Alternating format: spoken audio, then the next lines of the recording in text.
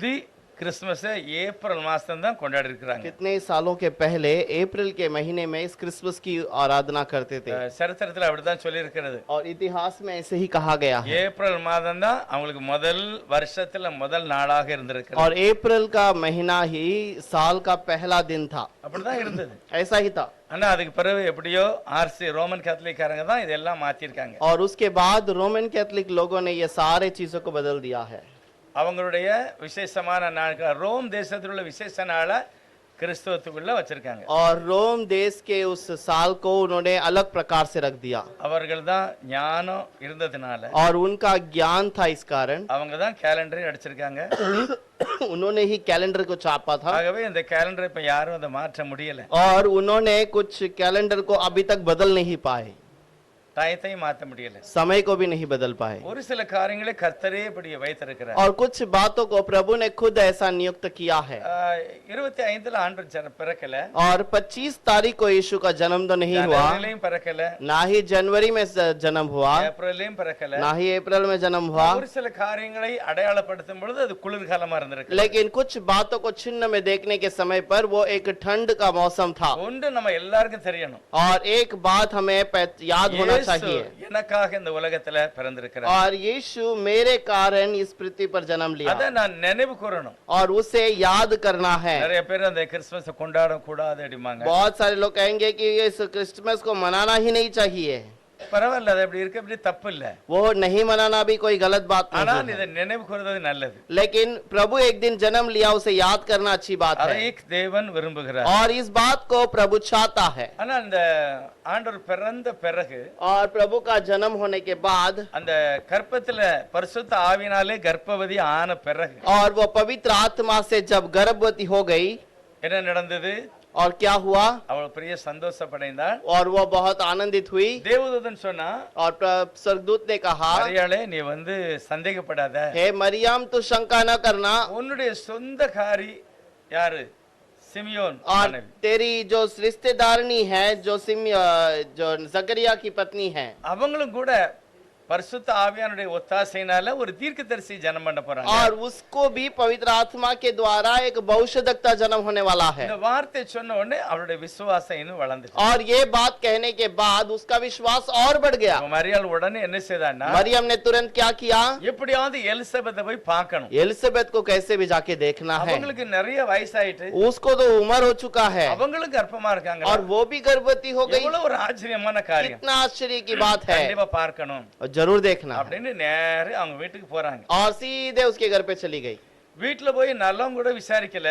और घर पर जाकर कोई भला बुरा कुछ पूछा नहीं। அவங்க கேட்க முந்தியே என்ன நடந்திருக்கு பாருங்க. और वो पूछने के पहले ही क्या हुआ देखिए। அதைத்தான் நம்ம எல்லாரும் எழும்பி நின்று மாறி மாறி வாசிக்க போறோம். और इन्हीं वचनों को हम आज उठकर हम एक वचन के बाद दूसरा वचन आप सब लोग पढ़ेंगे। எல்லாரும் எழும்பி நிக்கலாம். हम सब उठकर खड़े हो जाएंगे। சுவிசேஷ வார்த்தைக்கு பெரும்பாலும் எல்லாருமே எந்திப்பாங்க. और सुसमाचार का वचन जब पढ़ा जाता है तब सब लोग खड़े हो जाते हैं। எல்லாருமே எழும்பி வார்த்தையை கவனிப்பாங்க. सब लोग उठकर वचन को सुनते இத हैं। நம்ம மாறி மாறி வாசித்தா நல்லா இருக்கும். और ये वचन हम ऐसे, ये एक मैं और एक आप पढ़ेंगे तो अच्छा होगा। போய் அதாவது அந்த எலிசபெத் வீட்டுக்குள்ள போன உடனே என்ன நடந்தது? और जैसे ही मरियम एलिजाबेथ के घर के अंदर जैसे ही चली गई तो क्या हुआ? லூக்கா 1வது அதிகாரம் लूक पहला अध्याय 39ல அவ வீட்டுக்கு போகிறாள். और 39 वचन के अंदर वो घर के अंदर प्रवेश करती है। இருக்கிறது, அந்நாட்களிலே மரியாள் எழுந்து மலை நாட்டிலுள்ள யூதேயாவில் உள்ள पटनத்துக்கு தீவிரமாய் போனாள். वहाँ पर लिखा है, उन दिनों में मरियम उठकर शीघ्र ही पहाड़ी देश में यहूदा के नगर में गई। வீட்டுக்குள் பிரவேசித்த உடனே और जकरिया के घर में जाकर जैसे ही प्रवेश किया, மரியாள் உள்ள போனா, और जैसे ही मरियम उसके घर में प्रवेश की, உள்ள வீட்டுக்குள்ள யார் இருக்கா? और எலிசபெத். घर के अंदर एलिशिबा है, அவங்க பரிசுத்த ஆவியில நிறைஞ்சி, और एलिशबा पवित्र आत्मा में भर गई। அவங்க என்னெல்லாம் பேசுறாங்க, वो क्या क्या बातें की, இதைத்தான் நம்ம வாசிக்க போறோம். इसी बात को हम पढ़ने वाले हैं। நான் 40 வாசிப்பேன், நீங்க 41 மாறி மாறி வாசிக்கலாம். मैं 40 पढ़ूंगा तो आप 41 पढ़िएगा, उसके बाद मैं पढ़ूंगा फिर आप पढ़िए। ரொம்ப கவனமா இருக்கணும்.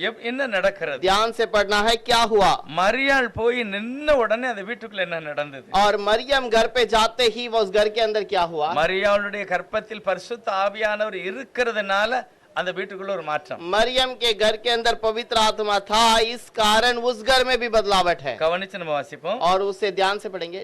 डाउन एरो சகரியாவின் வீட்டுக்குள் பிரவேசித்து எலிசபெத்தை வாழ்த்தினாள். जो ही एलिशबा ने मरियम का नमस्कार सुना, यहों ही बच्चा उसके पेट में उछला और एलिशबा पवित्र आत्मा से परिपूर्ण हो गई। உரத்த சத்தமாய் ஸ்திரீகளுக்குள்ளே நீ ஆசீர்வதிக்கப்பட்டவள், உன் கற்பத்தின் கனியும் ஆசீர்வதிக்கப்பட்டது. यह अनुग्रह मुझे कहां से हुआ है कि मेरा प्रभु की माता मेरे पास आई। இதோ நீ வாழ்த்தின சத்தம் என் காதில் விழுந்தவுடனே என் வயிற்றில் உள்ள பிள்ளை களிப்பாய் துள்ளிற்று. धन्य है वह जिसने विश्वास किया है कि जो तुझे प्रभु की ओर से उसकी कही गई है वे पूरी होगी।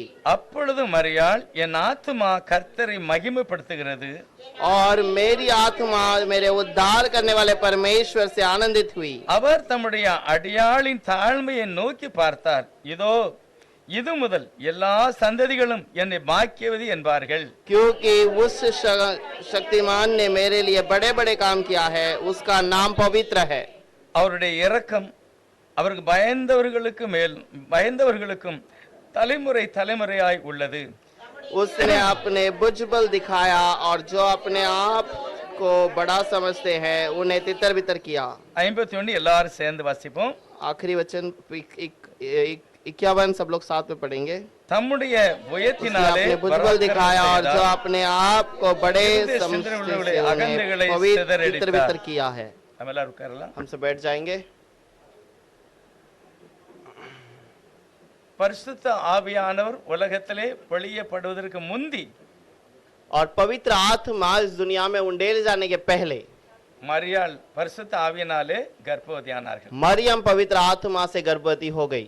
யோவான் ஸ்நானகன் அம்மாவுடைய வயிற்றில் இருக்கும்போதே பரிசுத்த ஆவியினாலே நிரப்பப்பட்டார். और यूहन्ना बपतिस्मा देना वाला मरियम के पेट के अंदर रहने के एलिसबा के पेट के अंदर रहने के समय पर ही पवित्र आत्मा से भर गया। திருத்துவத்தை நம்புகிறவர்கள் பரிசுத்த ஆவியானவர் ஒரு கடவுளாகவே அதை சித்தரிப்பாங்க. और तीन खुदा को मानने वाले कहते हैं वो पवित्र आत्मा भी एक अलग एक प्रभु के समान है। பரிசுத்த ஆவி என்பது தேவனுடைய ஒரு வல்லமை. और पवित्र आत्मा परमेश्वर का ही एक सामर्थ है। இயேசு ஒரு மனிதனுக்குள்ள வாழுகிறது. और यीशु एक मनुष्य के अंदर निवास करना, ஆண்டவர் ஒரு மனுஷனுக்குள்ளாக இருந்து பேசுகிறது, கிரியை நடப்பிக்கிறது. और यीशु एक मनुष्य के अंदर रहकर अपना कार्य को प्रकट करना। இயேசு இல்லாம ஒரு மனுஷன் சாட்சியாக வாழ முடியாது. यीशु के बिना एक मनुष्य गवाही में नहीं रह सकता। ஆகவே தேவன் மனிதனாக வந்தார். और इसीलिए प्रभु मनुष्य के रूप में आया, பரிசுத்த ஆவியானவராக ஒரு மனிதனுக்குள்ளே வாசம் பண்ணார். पवित्र आत्मा के रूप में एक मनुष्य के अंदर बसा रहा। இந்த வார்த்தைகளை நான் தியானிக்கும் முன்னால इन वचनों को ध्यान करने के पहले ஆதியாகமம் उत्पत्ति का 3வது அதிகாரம் उसका 3रा अध्याय 15வது வசனம் 15वां वचन पढ़ेंगे। அப்பொழுது தேவன், உனக்கும் ஸ்திரீக்கும் உன் வித்துக்கும் அவள் வித்துக்கும் பகை உண்டாக்குவேன், அவர் உன் தலையை நசுக்குவார், நீ அவர் குதிங்காலை நசுக்குவாய் என்றார். और मैं तेरे और इस स्त्री के बीच में और तेरे वंश और इसके वंश के बीच में बैर उत्पन्न करूंगा, वो तेरे सिर को कुचल डालेगा और तू उसके एड़ी को डसेगा। இது ஆண்டவர் சொன்ன முதல் தீர்க்க தரிசனம். और ये पर कलाम के अंदर प्रभु की ओर से पहली भविष्यवाणी। அது மட்டும் இல்ல, ஒரு சேலஞ்ச்.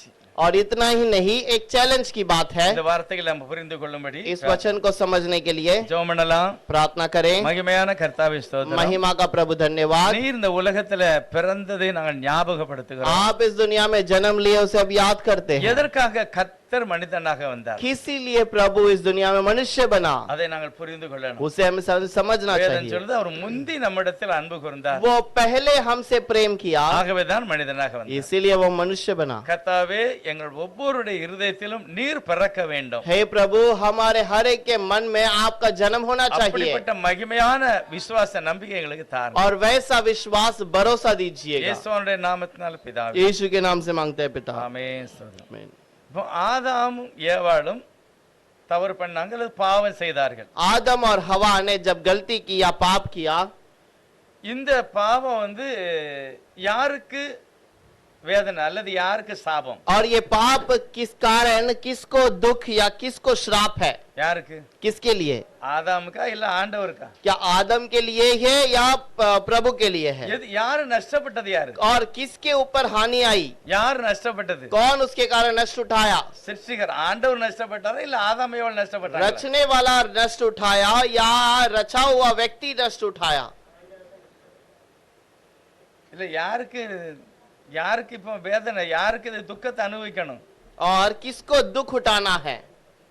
யார் பாவம் பண்ணாங்களோ அவங்கதான். और जिसने पाप किया है उसी को वो दुख उठाना पड़ रहा है। ஆதாமுடைய பாவம் தெய்வ சன்னிதானத்தை விட்டு பிரிச்சிட்டு आदम का पाप प्रभु के समूह से उसे दूर तो कर दिया, நஷ்டம் யாருக்கு? लेकिन नष्ट किसका हुआ? ஆண்டவருக்கு காலி பிள்ளையே தான் போயிருக்காரு. और प्रभु तो केवल उसका बच्चे को खो दिया, ஆனா ஆதாம் ஏவாள் வாழ்க்கையே இழந்துட்டாங்க. लेकिन आदम और हवा ने अपने जीवन का पूरा लाभ खो நேரா दिया, நரகத்துக்கு தான் போகணும். क्योंकि उनका सीधा रास्ता नरक है அவர்களுக்கு கொலை தண்டனை தான் கொடுக்கணும். और उनको मरण का दंड ही देना है அவர்களை நேர நரகத்துக்கு தான். और उन्हें सीधे सीधे नरक पे ढकेलना है। தங்களையே அவங்களுக்கு கெடுத்து கொண்டார். और उन्होंने अपने आप को बिगाड़ लिया, அவங்க தங்களே கெடுத்துட்டாங்க. उन्होंने अपने आप को बिगाड़ लिया। இதுல இயேசுநாதர் என்ன செய்யணும்? और इस पे यीशु का काम क्या है? அவருக்கு மன்னிக்க முடியுமா? முடியாது. क्या वो क्षमा कर सकता है कि नहीं? வேண்டாப்பா நீ இனிமேல் சாவ மாட்டே. हाँ ठीक है, तो अब से नहीं मरेगा, உன் பாவத்தை நான் तेरे மன்னிச்சிட்டேன் पाप को क्षमा कर दिया, அப்படி சொல்லிருக்கலாம். ऐसा वो कह सकता है। பைபிள் சொல்றது அவர் சர்வ வல்லமுள்ளவர். और बाइबल कहती है कि वो सर्वशक्तिमान அவர் है சொன்னால் நடக்கும். और वो कहेगा तो वैसा ही होगा। அவர் சர்வ சிருஷ்டிகர். और वो सर्व सृष्टि करता है அவர் மனிதனா வரணுமா? और वो मनुष्य बनकर आना अवश्य है क्या? தேவை, அது அவசியமா? क्या वो आना अवश्य है? எதனால அவர் வரணும்? क्यों उसे मनुष्य बनना है? நல்லா நம்ம சிந்திக்கும் போது हमें अच्छे से सोचने के समय पर ஆதாம் ஒரு சாதாரண சிருஷ்டிக்கப்பட்ட ஏதோ ஒரு காரியம் அல்ல. आदम एक साधारण सृष्टि किया हुआ इंसान नहीं அவன் है தேவனுடைய பிள்ளை. और वो परमेश्वर का बच्चा है பாக்கி எல்லாமே படைக்கப்பட்டது. और बाकी सब कुछ वचन से बनाया गया। ஆதாமும் ஏவாளும் தேவனுடைய சொந்த பிள்ளைகள். और आदम और हवा परमेश्वर के खुद के बच्चे हैं। தேவன் சர்வ ஞானி, परमेश्वर सर्व ज्ञानवान है நீதி நியாயமுள்ள தெய்வம். और वो धार्मिकता का प्रभु है பாவத்துக்கு சம்பளம் மரணம் தான். और पाप का प्रायश्चित केवल मरण है। இப்ப இவங்களை நேர எங்க தான் தள்ளணும்? நரகத்துக்கு தான் தள்ளணும். और उन्हें सीधे से सीधे नरक में ही ढकेलना पड़ेगा। தோட்டத்தை விட்டு தள்ளுறது சரியா? और क्या उस बगीचे से बाहर निकालना अच्छी बात है? அப்படி அதெல்லாம் சரி கிடையாது. वो सही बात नहीं है। சரியான தீர்ப்பு என்னது? सही निर्णय क्या है? பைபிள்ல நம்ம முன்னால பார்க்கலாம். और बाइबल में अगर आखिर में अगर आदम में ஆதாமும் लिखे ஏவாளும் இந்த உலகத்துக்கு வருவதற்கு முன்னாடி தவறு நடந்திருக்கு. और आदम और हवा इस दुनिया में आने के पहले ही वहां पर गड़बड़ी हुई है। யார் தப்பு பண்ணா? किसने गड़बड़ किया? முதலாவது லூசிபர். पहला लूसीफर, அவன் தான் முதல் தவறு பண்ணான். उसने ही पहला गड़बड़ किया அவன் தேவனுக்கு விரோதமாக நினைத்தான். और वही परमेश्वर के विरोध में सोचा அவனை தேவன் மன்னிக்கவே இல்லை. और उसे प्रभु ने क्षमा किया ही அவனை नहीं சீ அப்படின்னு தள்ளிட்டாரு. और प्रभु ने उसे छी करके दूर कर दिया है தேவ சமூகத்தை விட்டு வெளியே போயிட்டான். और परमेश्वर के समूह से वो दूर चला गया। அவனுக்கு மன்னிப்பே கிடையாது. उसका कोई क्षमा नहीं, அவனுக்கு தண்டனை உண்டு. उसका दंड जरूर ஆனா அந்த है, தண்டனை ஒரு உடனே கொடுக்கல. लेकिन उस दंड को उसने तुरंत नहीं दिया। எத்தனை வருஷத்துக்கு முந்தி? कितने साल के पहले? 6000 வருஷமா? 6000 साल के पहले? எத்தனை கோடி வருஷமே தெரியவே தெரியாது. कितना करोड़ों वर्ष है पता नहीं। அவனுக்கு இன்னும் தண்டனை கொடுக்கல. उसे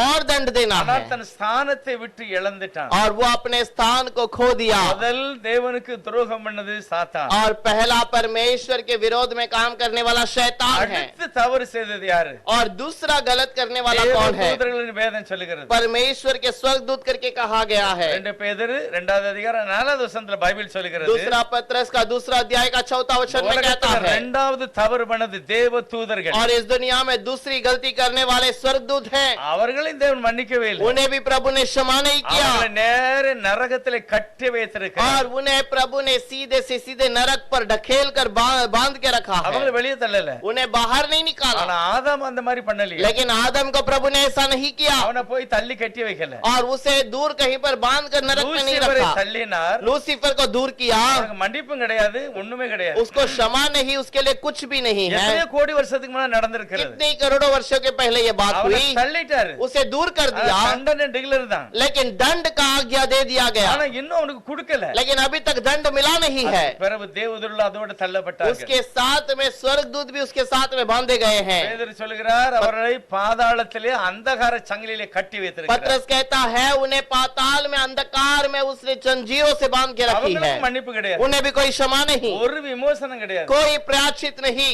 ஆனா ஆதாமும் தப்பு பண்ணிட்டான் लेकिन आदम ने भी गलती कर दी, அதே தப்புதான் वही गलती। ஆனா இவனை எப்படி விட்டு பிடிச்சாரு इसे प्रभु ने कैसे छोड़ दिया? இவன் தேவனுடைய பிள்ளை ये प्रभु का बच्चा है இவன் தேவனால் படைக்கப்பட்ட விலையேறப்பட்ட அவருடைய சொந்த ஜீவன் और ये प्रभु के रूप में बनाया गया उसका खुद का जीवन का है। இப்போ என்ன நடக்கணும் अब क्या होना चाहिए? ஆதாம நேர நரகத்துல தள்ளணும் आदम को तो सीधे नरक में ढकेलना அவர் है தன்னுடைய சொந்த பிள்ளையை தள்ள முடியாம और वो अपने खुद के बच्चे को नरक में नहीं அவன் மேல ढकेलते ஒரு हुए அன்பு வைத்து उसके ऊपर एक प्रेम रखा, ஒரு தரிசனத்தை சொல்லுகிறார் एक दर्शन को रखता है। ஆதாமே பயப்படாத है आदम डरना नहीं, உன்னை நான் நரகத்துல தள்ள மாட்டேன் तुम्हें मैं नरक में नहीं ढकेलूंगा உனக்கு பதிலும் மரண தண்டனையை நான் और பெற்றுக்கொள்வேன் तेरे बदले में मरण का जो भाग है वो मैं ले लेता அந்த हूँ, தண்டனையை நான் ஏற்றுக்கொள்வேன் उस दंड को मैं ले लूंगा। அதுதான் கர்த்தர் சொல்லுகிறார் वही बात को प्रभु कहता है। கர்த்தர் அந்த தண்டனை ஏற்றுக்கொள்ள முடியுமா उस दंड को क्या प्रभु स्वीकार कर सकता பைபிள் है? சொல்லுகிறது அவர் சாவாமை உள்ளவர் और कलाम कहता है कि वो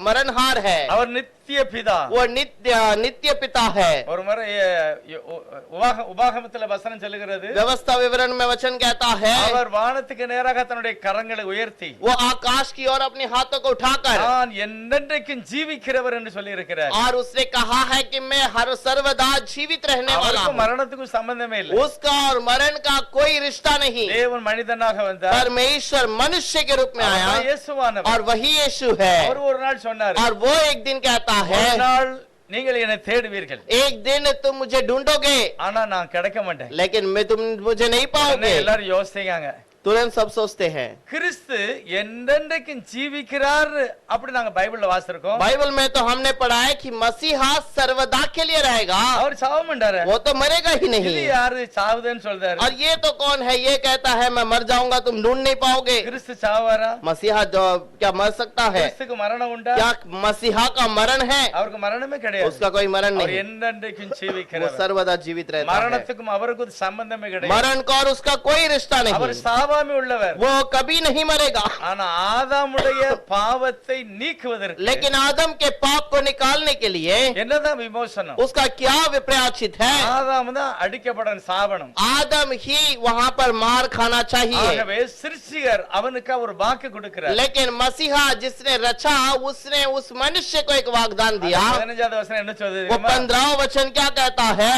அவர் और वो உன் தலையை நசுக்குவார் तेरे सर को कुचलेगा। சொல்றது யாரு कौन कहता है? பிதாவாகிய தெய்வம் पिता प्रभु कहता है, सर्ववल्लमुள்ளவர்। सर्वशक्तिमान। யோசிக்கிறேன் சிலர் கேட்பாங்க अब बहुत लोग पूछेंगे, கேட்ட ஒரு ஆள் கேட்டாரு एक व्यक्ति ने कहा பிதாவாகிய தெய்வம் சொல்லுகிறார் சாத்தானை பார்த்து और पिता परमेश्वर कहता है शैतान से, சைத்தானே அவர் உன் தலையை நசுக்குவார் शैतान वो तेरे सर को कुचलेगा। அப்ப பிதாவுக்கு மேல ஒரு ஆள் இருக்குல்ல अब पिता के ऊपर तो कोई व्यक्ति है ना, அவர் தானே வந்து அமுக்க தேவன தலையை நசுக்க और போறாரு वही तो आके इसके सर को कुचलेगा। இது அநேகருடைய நம்பிக்கை ये बहुतों का भरोसा ஏன்னா है। பிதாவே சொல்றாரு और पिता खुद उसको आदर से कहता है। ஆதாம் ஏவாள் 3 பேர் சாத்தா 3 பேர் நிக்காங்க आदम हवा और शैतान तीनों खड़े हैं। அந்த 15வது வசனம் சொல்லுகிறது और उत्पत्ति का 3:15 में कहता है உனக்கும் உனக்கும் அப்படினா பிசாசே உனக்கும் இந்த மனுக்குலத்துக்கு நான் விரோதத்தை உருவாக்குவேன் और श्री को और उस सर्प को कहता है तेरे और उस शैतान के बीच में बैर उत्पन्न करूंगा। அவர் और वो உன் தலையை நசுக்குவார் तेरे सर को कुचलेगा। அவர் யாரு और वो कौन है? இயேசு பிதாவுக்கு மேல ஒரு ஆள் क्या இருக்காரா पिता के ऊपर कोई बड़ा व्यक्ति है? இருக்காரா क्या कोई है? இல்லையா नहीं है। அப்ப யார்தான் அவரு अब वो कौन है? அவர் வந்து சாவணும் वो आकर मरना है அவர்தான் தலையை और நசுக்குவார் वही उसके सर को कुचलेगा। பிசாசுனுடைய தலையை நசுக்குவதற்கு ஒரே ஒரு ஆளுக்கு தான் அதிகாரம் இருக்கு சிருஷ்டிகருக்கு தான் शैतान के सिर को कुचलने का एक ही व्यक्ति का अधिकार है, वो जिसने रचा है वही कुचल வேற सकता है யாரும் பிசாசை கொல்ல முடியாது और कोई शैतान को नहीं मार सकता। அதே மாதிரி பிதாவாகிய தெய்வம் தான் ஆதாமையும் மன்னிக்க முடியும் और पिता परमेश्वर ही आदम को भी क्षमा करना ஆதாம் चाहिए। செய்த பாவம் தெய்வ துரோகம் आदम ने जो पाप किया वो परमेश्वर का विरोध किया है அவருக்கு விரோதம் பண்ணிட்டான் और प्रभु के विरोध में किया அவர் है நம்பிக்கை துரோகம் और वो उसका भरोसा को तोड़ दिया, கொடுக்கப்பட்ட ஆசீர்வாதத்தை இழந்து விட்டான் दिए गए आशीष को खो दिया। பிதாவாகிய தெய்வம் சொல்றாரு पिता प्रभु कहता है நான் உன்னை மன்னிப்பேன் और मैं तुम्हें क्षमा करूंगा। ஆண்டவர் மன்னிக்க முடியுமா क्या प्रभु क्षमा कर सकता है? அவரை மன்னிக்க முடியுமா और प्रभु क्षमा कर सकता है, कर முடியும். सकता है। ஆனா யார் சாகணும் और क्यों मरना है? பைபிள் சொல்லுது ரத்தம் சிந்தல் இல்லாமல் பாவ மன்னிப்பு உண்டாகாது. लहू बहाए बिना पाप का क्षमा नहीं। ஆகவே தெய்வம் தன்னுடைய சொந்த ரத்தத்தை சிந்தாம மனுக்குலத்துக்கு விடுதலையே கிடையாது. और इसीलिए प्रभु अपने खुद के लहू को बहाए बिना उस मनुष्य को कोई छुटकारा नहीं। ரோமன் கத்தோலிக்கருடைய அவங்களுடைய நம்பிக்கை என்ன? रोमन कैथोलिक का भरोसा क्या है? பிதாவுக்கு ஒரு மகன் இருக்கான், पिता का एक पुत्र है அவர் அந்த குமாரனை அனுப்பிட்டாரு. और उसने उस पुत्र को भेज दिया। நிறைய சில சண்டே கிளாஸ் பிள்ளைகளோட சொல்லுது, और छोटे संडे क्लास के बच्चे भी कहते हैं பிதா அன்பு கூர்ந்தாரா இயேசு அன்பு கூர்ந்தாரா? पिता ने प्रेम किया कि यीशु ने प्रेम किया। அவர் அன்பா இருந்தா அவரை சாவணும் பிள்ளையை அனுப்புனாரு. और वो अगर प्रेम करता तो वो खुद मरना चाहिए, वो अपने बच्चे को क्यों भेजता है? தேவன் மனிதனானா, परमेश्वर मनुष्य में आया। 1:33 சொல்லுகிறது, पहला तीमोथी का 3:16 कहता है தேவ பக்திக்குரிய ரகசியம் மகா மேன்மையுள்ளது. और परमेश्वर का भक्ति का भेद बहुत ही भयंकर है। தேவன் மாம்சத்திலே வெளிப்பட்டார், और वही मसीहा मांस में प्रकट हुआ தேவன் மனிதனாக வந்தார். और वो प्रभु मांस में जन्म लिया। அதுதான் பக்திக்குரிய மார்க்கம். और यही भक्ति का रास्ता है। அது மட்டும் இல்ல, इतना ही नहीं, அதுல வரிசையா 7 காரியங்களை பவுல் வெளிப்படுத்துகிறார். उस पे 7 बातों को पौलुस बताता है। தேவ பக்தி வேணுமா உனக்கு? पहला परमेश्वर की भक्ति चाहिए।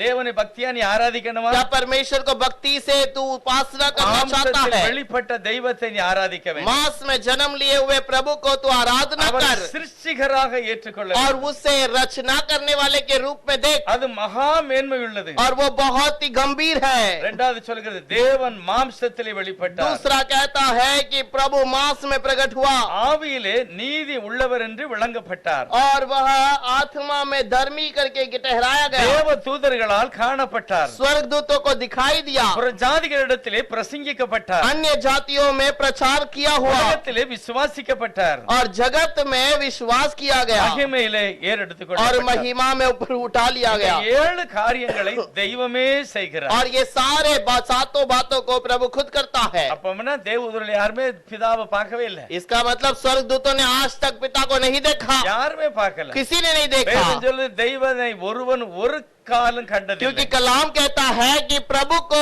कभी किसी ने नहीं देखा। ஒரு காலம் அப்படின்னா எத்தனையோ காலம் நடந்திருக்கு, யாருமே பார்க்கல. और कितने समय बीते होंगे, किसी भी समय में किसी ने नहीं देखा। தேவன் வார்த்தையாக இருக்கிறார். और परमेश्वर मांस में प्रकट हुआ है தேவன் வார்த்தையாக और இருக்கிறார். परमेश्वर वचन है। யோவான் அப்படிதான் சொல்றாரு, யோहन्ना ऐसे ही कहता है, ஆதியிலே வார்த்தை இருந்தது. आदि में वचन था। வார்த்தை தான் தெய்வம். वचन ही तो प्रभु है அந்த வார்த்தை और वो वचन ஆமிசமானார், मांस में प्रकट हुआ வாசம் பண்ணினார். और हमारे बीच में निवास किया। முதலாவது தேவன் வார்த்தையாக இருக்கிறார். पहला प्रभु मांस में आया है। வார்த்தை என்ன செய்யும்? और वचन क्या करेगा? வார்த்தை என்ன செய்கிறது? वचन क्या करता है? பேசுகிறது. वो वचन बातें அந்த करता है வார்த்தை யாருமே காண முடியாது. और वो वचन को कोई देख नहीं सकता। அந்த வார்த்தை தன்னை தெய்வமாக அறிமுகப்படுத்த और முடியாது. वो वचन अपने आप को रूप नहीं दे सकता। இதான் கொலோசியர்ல முதலாவது அதிகாரத்தை சொல்கிறார். और यही कोलोसियों में 3 अध्याय में लिखा அவர் गया। எல்லாவற்றுக்கும் முந்தின பேரானவர். और वो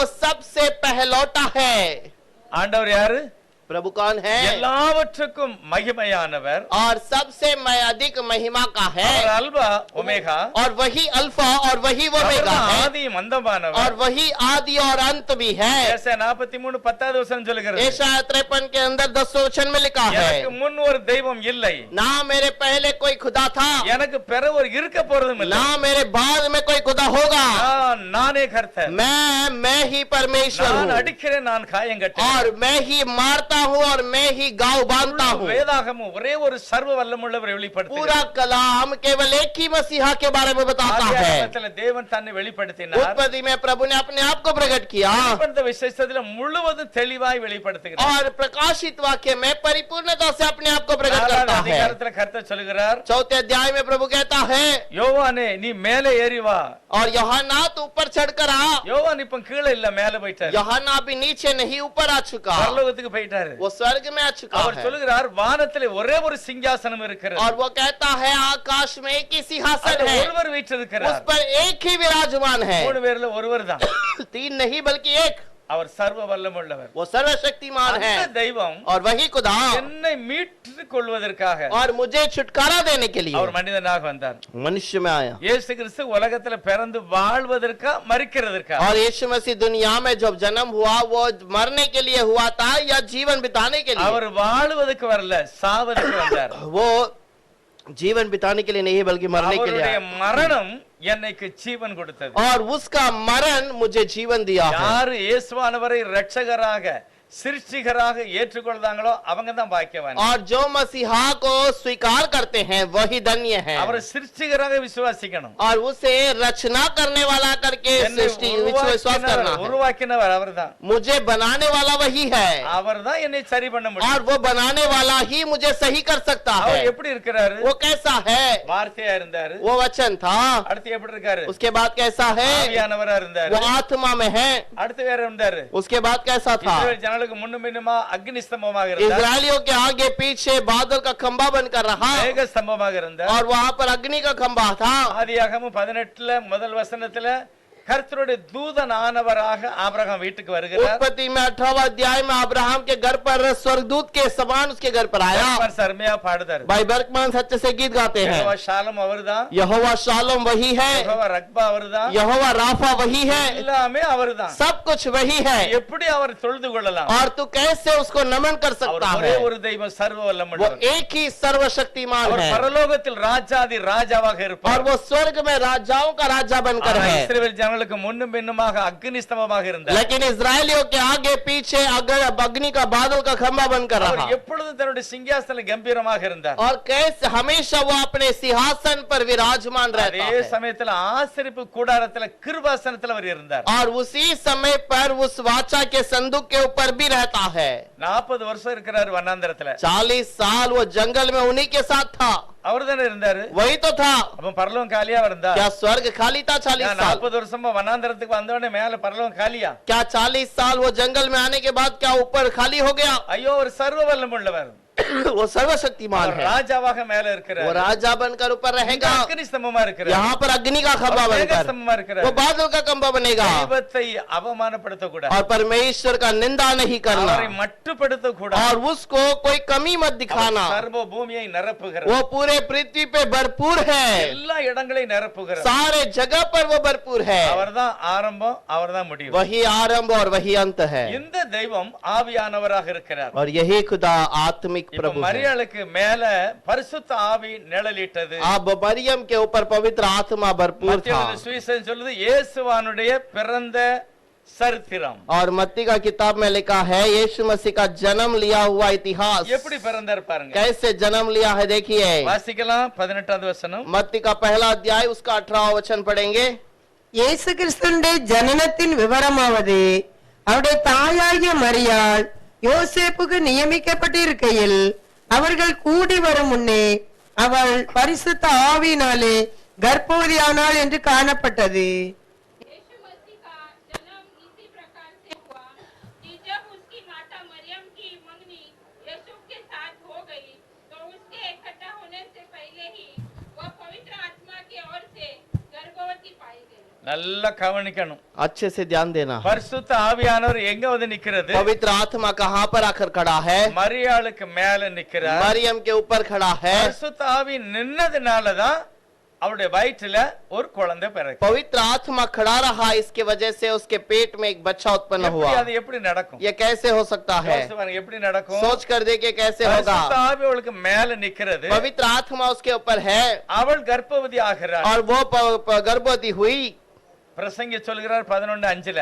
और सब उपदेशक 11:5 में लिखा है। அவர் என்ன சொல்றாரு? நம்ம பிரசங்கில சாலமன் சொல்றாரு 11வது அதிகாரம் 5வது வசனத்துல. और सब उपदेशक 11वां अध्याय 5वां वचन में सोलोमन कहता है ஆவியானவருடைய அனுகிரகம், அதாவது பரிசுத்த ஆவியினுடைய வல்லமையை உன்னால புரிந்து கொள்ளவே முடியாது. पवित्र आत्मा के अनुग्रह को तुम समझ नहीं पाओगे। பரிசுத்த ஆவியானுடைய கிரியைகளை உன்னால உணரவே முடியாது. पवित्र आत्मा के चाल चलन को तुम समझ नहीं पाओगे। உனக்கு தெரியாது பரிசுத்த ஆவியானவர் எப்படிப்பட்டவர். तुम्हें पता नहीं कि पवित्र आत्मा किस प्रकार அவர் का है। சொல்கிறார், वो कहता है ஒரு கர்ப்பவதியினுடைய வயிற்றிலே உருவாகிற குழந்தைக்கு, और एक गर्भवती शरीर के अंदर रचने वाला एक அவ बच्चे வயிற்றில को, வருகிற குழந்தை இருக்கு பாருங்க, और उसका पेट में जो बच्चा उत्पन्न होता அதுக்கு है எலும்பு எப்படி உண்டாகுதுன்னு உனக்கு தெரியாது. उसका हड्डी हड्डी कैसे बनता है वो तुम्हें मालूम ही नहीं। அதே போல சர்வ பூமியை ஆளுகிற தேவனுடைய மகிமை உனக்கு தெரியாது। और वैसे ही सर्वशक्तिमान जो पृथ्वी को राज्य करता है उसको भी तुम सामर्थ्य नहीं पहचान पाओगे। பரிசுத்த ஆவியானவர் மரியாளுக்கு மேல நிக்கி पवित्र आत्मा मरियम के ऊपर खड़ा है।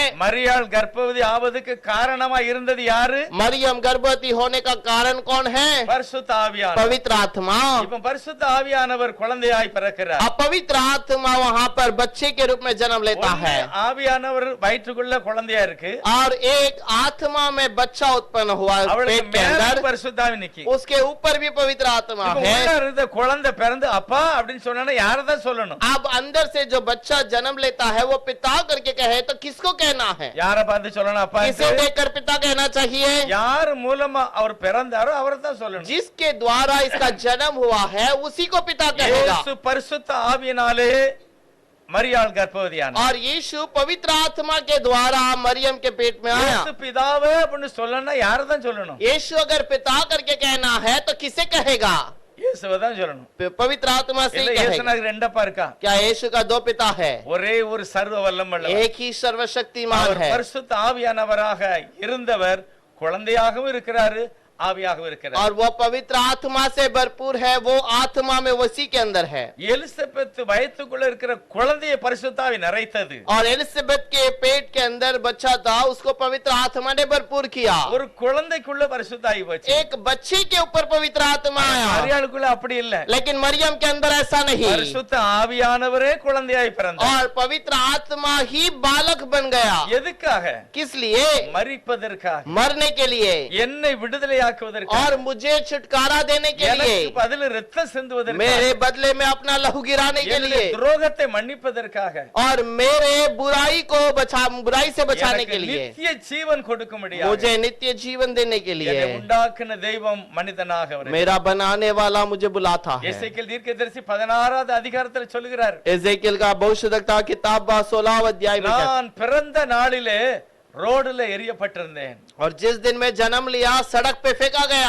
எனக்கு பரிதாபப்படுறதுக்கு யாருமே கிடையாது। मेरे ऊपर तरस खाने वाला कोई नहीं। என் தொப்புல அறுக்கப்படவில்லை। और मेरा माँ का और मेरा जो रिश्ता है वो काटा नहीं गया। எனக்கு ஜலத்தினால என்னை கழுவல। ना ही मुझे कोई जल से धोया गया। ஒரு சுத்திகரிப்பு எனக்கு கிடையாது। मेरा कोई शुद्धकरण न हुआ। நான் அருவருக்கப்பட்டவனாக और मैं இருந்தேன்। तुच्छ जाना गया। தெருவோரமா கடந்தேன்। और मैं सड़क के किनारे पड़ा रहा। எசேக்கியா என்ன சொல்றாரு தெரியுமா? மனுக்குலத்தை பார்த்து சொல்கிறார், நம்ம எல்லாம் அப்படிதான் இருந்தோம்। एजेकिया मनुष्य को देखकर कहता है हम सब ऐसे ही थे। எல்லாருமே அப்படிதான் இருந்தோம்। हम सब वैसे ही पड़े थे। ரத்தத்தில் கிடந்த என்னை கர்த்தர் பார்த்தார்। और लहू में पड़े हुए मुझे उस प्रभु ने देखा। எசேக்கியேல் 16வது அதிகாரத்தில் எசேக்கியா தீர்க்கதரிசி சொல்கிறார், एजेकियल का 16वां अध्याय के अंदर एजेकियल कहता है, நான் ரத்தத்தில் கிடந்தேன், और मैं लहू में था, தொப்புல அறுக்கப்படவில்லை, और ना ही मेरा जो दाग काटा गया, சுத்திகரிக்கப்படவில்லை, ना कोई शुद्धकरण हुआ। எனக்காக பரிதாபப்படக்கூடிய அளவுக்கு யாருமே இல்லை। मेरे ऊपर तरस खाने वाला कोई नहीं। அந்த நேரத்தில் கர்த்தர் அந்த வழியே उस வருகிறார்। समय पर प्रभु वहां पर आता है। அதை வாசிக்கலாம் அந்த வசனத்தை। उस वचन को पढ़ेंगे। ரத்தத்தில் கிடக்கிற என்னை பார்த்து என்ன சொன்னார் பாருங்க। और लहू में पड़े हुए देखकर मुझे क्या कहा? உன் பிறப்பின் வர்த்தமானம் என்னவென்றால் அது கொஞ்சம் கீழே உனக்காக பரிதவித்து இவை 6வது வசனம், நான் உன் அருகே கடந்து போகும்போது நான் உன் அருகே கடந்து போனேன், மிதிக்கப்படுவதற்கு ஏதுவாய் நீ உன் ரத்தத்தில் கிடக்கிறதை கண்டு உன் ரத்தத்தில் கிடக்கிற உன்னை பார்த்து பிழைத்திரு என்றேன்। ஆம், உன் ரத்தத்தில் கிடக்கிற உன்னை பார்த்து பிழைத்திரு என்று சொன்னேன்। இது ஒவ்வொரு மனுஷனை பற்றி எழுதுகிறது। இது पढ़ेगा, जब मैं तेरे पास से होकर निकला, யாரு கோங்க யாரு போனது? कौन हमारे पास से गया? தெய்வம் போகிறார் என் பக்கத்துல। प्रभु मेरे पास में से गुजरता है। ஏதேன் தோட்டத்துல நடந்தத போட்டிருக்கு। एदेन बगीचे में जो बात हुई उसके बारे में நீ कहता है, அசுத்தத்துல கிடந்த, तू अशुद्धता में पड़ा था, அசுத்தத்துல கிடந்த, तू लहू में था, நீ ஒரு பாவி, तू पापी है, உனக்கு பரிதாபப்படுறதுக்கு ஆள் இல்ல, तेरे ऊपर तरस खाने वाला कोई உன்னை नहीं, காப்பாத்துறதுக்கு ஆள் இல்ல, और तुझे बचाने वाला कोई ஆனா नहीं, நான் அங்க கடந்து வருகிறேன்। लेकिन वहां से मैं गुजरा। அடுத்து என்ன போட்டு பாருங்க हिंदी में, उसके आगे पढ़ेंगे। और तुझे लहू में लौटते हुए देखा, तब मैंने तुझसे कहा, हे लहू, मैं लहू में लौटती हुई जीवित रहे।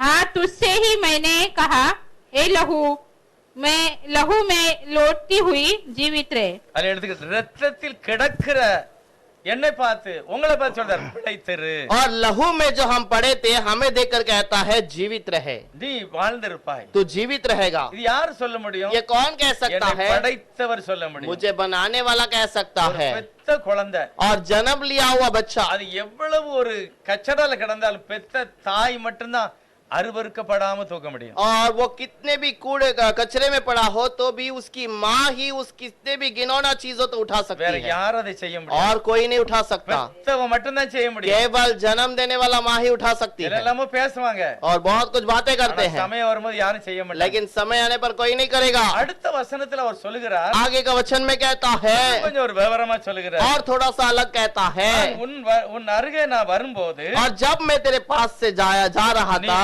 வாலிப வயதா இருந்தா. और तू जवान था।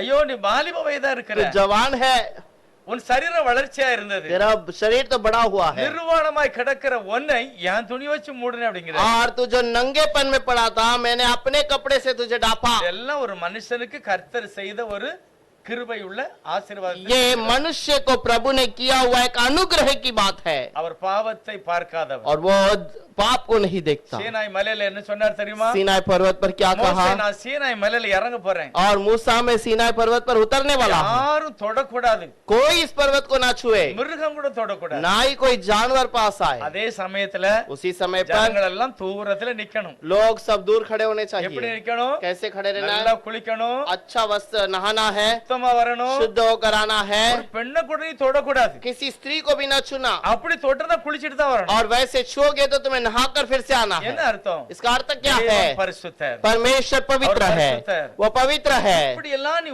ஒதுங்கி சுத்தமா வந்து நிக்கணும். और ऐसे सब करके शुद्ध होकर आना है। நான் மலையில இறங்கி உன்னோட பேச போகிறேன். मैं इस पहाड़ पे उतरे कर तुझसे बातें करूं। அவர் இறங்கிட்டார், उतर गया, மோசே மேல போயாச்சு. मूसा भी ऊपर चला गया, இவங்களுக்கு எல்கை எல்லாம் போட்டிருக்கு, இதுக்காக யாரும் வரக்கூடாது. और इनका यहाँ पर किनारा लगाया गया, इसके आगे कोई पार ना போட்டு करे। இதுக்குள்ள யாரும் வரக்கூடாதுப்பா, கர்த்தர் சொல்லி இருக்கிறாரு, நீ செத்து போயிருவ அப்படின்னு மோசே சொல்லிட்டு மேல போயிட்டார். वहाँ पर रुकावट के लिए स्थान रखा, उसके आगे कोई नहीं आना है करके कह दिया கர்த்தர் गया। மோசே பார்த்து சொல்றாரு, प्रभु ने मूसा से कहा, மோசே நீ திரும்ப கீழே போ, मूसा तू फिर से उतर कर जा, எல்லாத்தையும் போய் சொல்லு அந்த லைனை யாரும் தொடக்கூடாது. जाकर कह के आ कि कोई उस लाइन को पार ना करे। மோசே சொல்றாரு, நான் சொல்லியிருக்கேன் ஆண்டவரே, எல்லாம் கட்டிட்டு செய்வாங்க, யாரும் தொட மாட்டாங்க. और मूसा कहता है, प्रभु मैं बोल कर आया हूँ, कोई उस लाइन को पार न करेगा, वहीं रहेंगे। இல்ல மோசே நீ வாபஸ் போ. नहीं मूसा तू फिर से जा। அவன் திரும்ப வந்து वो சொல்றான், फिर से उतर कर आकर தேவன் कहा, தன்னுடைய பரிசுத்தத்தை விட்டு கொடுக்க மாட்டார். परमेश्वर अपने पवित्रता को नहीं छोड़ता, யாராவது தொட்டா அவங்களே செத்து போயிருவாங்க, और कोई छुएगा तो वो खुद मर जाएगा, அவங்க செத்து போவாங்க. और वो मर जाएगा, ஆண்டவர் சொல்றார், ஒருவன் என்னை கண்டு உயிரோடு இருக்க மாட்டான். और कोई मुझे देखकर जीवित न रहेगा। அவர்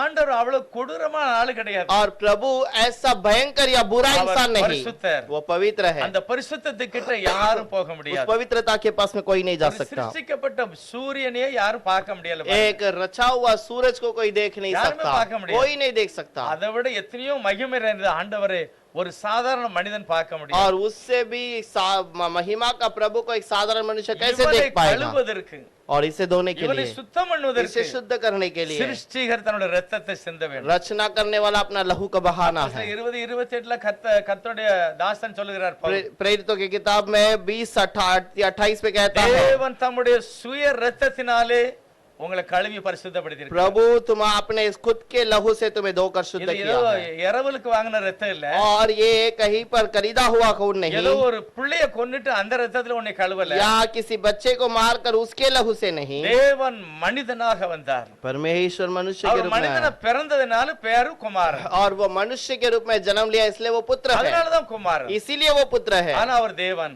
लेकिन वो खुदा அவர் है, மனிதனாக वो வெளிப்பட்டார். मनुष्य के रूप में प्रकट சகல हुआ। விதத்தில் என்ன போல இருந்தார். सारी चीजों मेरे समान रहा, ஆகவே ஒரு மனித குமாரனாக और அழைக்கப்பட்டார். इसलिए मनुष्य का पुत्र कहा गया। அந்த மனித குமாரன் ஒரே ஒரு நோக்கம் தான், என்னை மீட்டுக் கொள்வதற்காக. और वो मनुष्य के पुत्र का एक ही काम है कि मुझे பாவத்தில் கிடந்த என்னை பார்த்து பிழைத்திரு என்று சொன்னார். पाप पे पड़े हुए मुझे देखकर कहा कि तू बच जा, அவருக்கு மேல துணியை போடுகிறாரு. और उसके ऊपर वस्त्र पहना है। இதெல்லாம் தேவன் தன்னுடைய அன்பினாலே செய்கிறார். ये सब प्रभु अपने प्रेम के कारण சீனாய் करता மலை है। யாரும் தொடக்கூடாது. सीनाई पर्वत को कोई ना தொட்டா छुए, செத்து போயிருவீங்க. छुओगे तो मर जाओगे। இவ்வளவு மகிமையான ஒரு தெய்வம் ऐसे महिमा का खुदा யாருமே தொட முடியாது, कोई नहीं छू सकता, யாரும் கிட்டே போக कोई முடியாது. पास नहीं जा ஆனா सकता। மனுஷனாக ஒரு பிறந்த பிறகு लेकिन मनुष्य के रूप में जन्म लेने के बाद ஒரு விபச்சார ஸ்திரீ வந்துட்டா, एक व्यभिचार स्त्री आ गई, அவளை எல்லாரும் சொல்றாங்க சட்டப்படி இவளை கல்லெறிஞ்சு கொல்லணும். और सब लोग कहते हैं नियम के अनुसार पत्थरवार करके मारना है। இயேசுவானவர் பார்த்து சொல்றாங்க நீங்க என்ன சொல்றீங்க? यीशु ने कहा तुम लोग क्या कहते हो? இப்ப இயேசுவானவர் கல்லெறிஞ்சு கொல்லு அப்படின்னா என்ன அர்த்தம்? और यीशु मसीह पत्थर मारकर मार दो करके कहेगा मतलब क्या? இவர்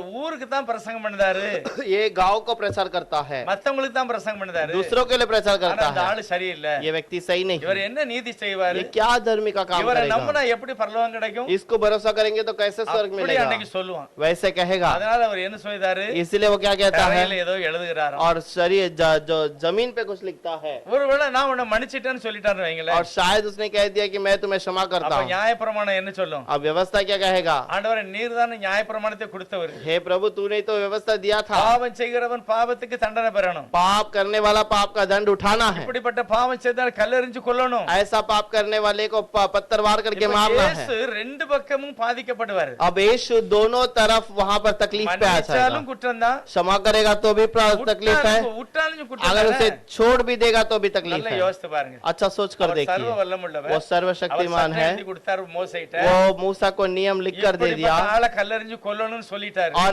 ऐसे चीज लोगों को पत्थरवार करके இப்ப मारना அவரே है, மனுஷனா வந்து நிக்கிட்டு और वही मनुष्य के रूप में आकर அவளை நான் மன்னிச்சிட்டேன் போ சொல்லுன்னு சொல்ல முடியுமா? उसे क्षमा करो छोड़ दो करके कह सकते हैं क्या? நியாயப்பிரமாணம் பேரு சொல்லும், व्यवस्था क्या कहेगा? நியாயப்பிரமாணம் சொல்லும் அவளை கொல்லணும் அப்படின்ட்டு. व्यवस्था कहेगा कि उसे मार डालो, ஆகவே இயேசு என்ன சொல்லுகிறாரு? लेकिन यीशु क्या कहता அவளுக்கு है? மேல உள்ள தண்டனை நான் ஏற்றுக்கொள்ளுகிறேன். उसके ऊपर के दंड को मैं उठाता हूँ। இந்த பாவத்துக்கு கல்லதான் கொண்டு எறியணும், इस पाप के लिए पत्थरवार ही करना है, அடிக்கப்படணும். वो मार खाना அந்த चाहिए, அடியை நான் வாங்கிக்கிட்டு और என் பிள்ளையை நான் விடுதலை वो செய்கிறேன். मार को मैं ले लूंगा और इस बच्चे को छुड़ा அதனால தான் दूंगा। கர்த்தர் அடிக்கப்பட்டார், इसीलिए तो मारा गया, சும்மா ஒண்ணும் மன்னிக்கல. ऐसे ही क्षमा न அப்படி किया, மன்னிச்சா நியாயப்பிரமாணத்தை அவர் மீறிடுவார். और ऐसा व्यवस्था का पालन करेगा तो वो व्यवस्था के अधीन में नहीं है। மனிதனாக வந்த ஒரே ஒரு நோக்கம், मनुष्य के रूप में प्रभु आने का एक ही कारण, அவருடைய ரத்தம் சிந்தி என்னை மீட்டுக் கொள்வதற்காக. उसका लहू गिराकर मुझे छुटकारा அவருடைய देने के ரத்தம் लिए। சிந்தல் இல்லாம பாவ மன்னிப்பு उसके உண்டாகாது. लहू गिराए बिना मेरा पाप का क्षमा नहीं। எபிரேயர்களின் நிருபத்துல इब्रानियों की किताब में 9வது அதிகாரத்துல 9वें अध्याय के अंदर அப்போஸ்தலன் பவுல் ஒரு காரியத்தை சொல்லுகிறார். प्रेरित पौलुस एक बात को பழைய कहता ஏற்பாட்டுல है, செய்த எல்லா பலிகளுமே ஒரு குறிப்பிட்ட காலத்துக்காக செய்யப்பட்டது, पुराने नियम का सारा बलिदान कुछ समय के लिए किया அது ஒரு गया है, அடையாளத்துக்காக वो கொடுக்கப்பட்டது. एक चिन्ह के रूप में दिया गया है। 9வது அதிகாரம் கடைசி வசனம், 9वां अध्याय इब्रानियों का 9 उसका आखिरी वचन, கிறிஸ்துவும் அநேகருடைய பாவங்களை சுமந்து தீர்க்கும்படிக்கு ஒரே தரம் பலியிடப்பட்டு தமக்காக காத்து கொண்டிருக்கிறவர்களுக்கு ரட்சிப்பை அருளும்படி இரண்டாம் தரம் பாவம் இல்லாமல் தரிசனமாவார்.